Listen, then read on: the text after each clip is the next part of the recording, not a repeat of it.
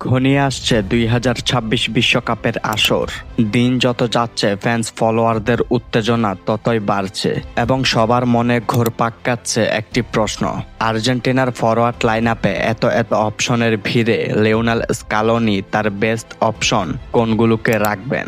Argentina 2026 বিশ্বকাপে কেমন attacking line up নিয়ে মাঠে নামবেন? লিওনেল স্কালোনি 2026 বিশ্বকাপের জন্য অ্যাটাকিং লাইন আপ হিসেবে কাদেরকে তৈরি করছেন? লাউতারো আলভারেজরা কি থাকবেন নাকি তারা বাদ পড়বেন? সবকিছু নিয়েই আজকের মূল আলোচনা। আর্জেন্টিনার অ্যাটাকিং লাইন আপ নিয়ে কখনো চিন্তা করতে হয়নি। সবসময় চিন্তা ছিল আর্জেন্টিনার ডিফেন্স, ফুলব্যাক বা মিডফিল্ড নিয়ে। তবে এখন প্রত্যেকটা পজিশনে সেরা প্লেয়ারগুলো চলে এসেছে। আর্জেন্টিনার মিডফিল্ড নিয়ে কোনো প্রশ্ন তোলার সুযোগ নেই। অনেক সেরা মিডফিল্ডারও এই মিডফিল্ডের কাছে জায়গা পাচ্ছে না।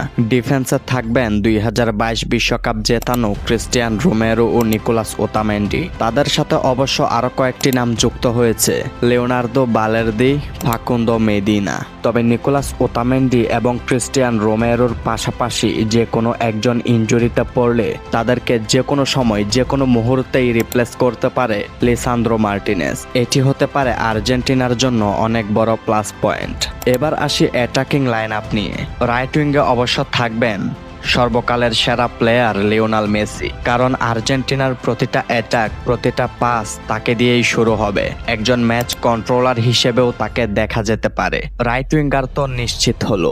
এবার আসি সেন্টার ফরওয়ার্ডে। সেন্টার ফরওয়ার্ডে থাকতে পারে লাউতারো মার্তিনেজ, যাকে অনেকে গোল মেশিন নামে ডাকে। তবে 2022 বিশ্বকাপটি তার ভালো যায়নি। অফ ফর্মে কাটানোর পর 2022 বিশ্বকাপে তেমন একটি সুযোগ পাননি। তবে তার অনুপস্থিতিতে আর্জেন্টিনা তেমন একটি ভোগেনি, কারণ সেই জায়গায় চলে এসেছেন জুলিয়ান আলভারেজ। আলভারেজ আসার পর তিনি নিজেকে সেই জায়গায় খুব ভালোভাবেই মেলে ধরেছেন এবং এখনো যদি কাউকে বলা হয় আর্জেন্টিনার প্রথম স্কোয়াডে সেন্টার ফরওয়ার্ড হিসেবে আপনি কাকে দেখতে চান, অনেকেই বলবেন সেই জায়গায় জুলিয়ান আলভারেজ বেস্ট।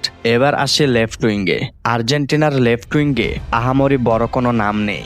আর্জেন্টিনাতে বড় নাম হিসেবে ছিল আনহেল ডি মারিয়া, সে একজন রাইট উইঙ্গার। এরপরে ছিল লিওনেল মেসি, সেও একজন রাইট উইঙ্গার। তবে লেফট উইঙ্গার কেউই ছিলেন না। সেই জায়গায় নিকোলাস গঞ্জালেসকে দিয়ে এতদিন চালিয়ে নিয়েছেন লিওনেল স্কালোনি। তবে বর্তমানে সেই জায়গায় ভালো একজন প্লেয়ার চলে এসেছে, সেটা হচ্ছে Thiago Almada. Thiago Almada Argentina জাতীয় দলে তাকে বহুবার প্রমাণ করেছেন এবং তিনি এই জায়গার জন্য বেস্ট অপশন। সেই জন্য লেফট উইং পজিশন নিয়েও কোনো চিন্তা নেই। Lionel Scaloni Brazilian club Palmeiras থেকে আরও একজনকে ডাক দিয়েছেন, জোসে ম্যানুয়েল লোপেজ। তিনি একজন সেন্টার ফরওয়ার্ড। তবে এবার দেখার বিষয় লাউতারো আলভারেজদের ভিড়ে তিনি কি থাকতে পারবেন? এই অ্যাটাকিং লাইনগুলো নিয়েই 2026 বিশ্বকাপে লিওনেল স্কালোনি মাঠে নামবে। হতে পারে এই অ্যাটাকিং লাইন আপ বিশ্বের সেরা লাইন আপ।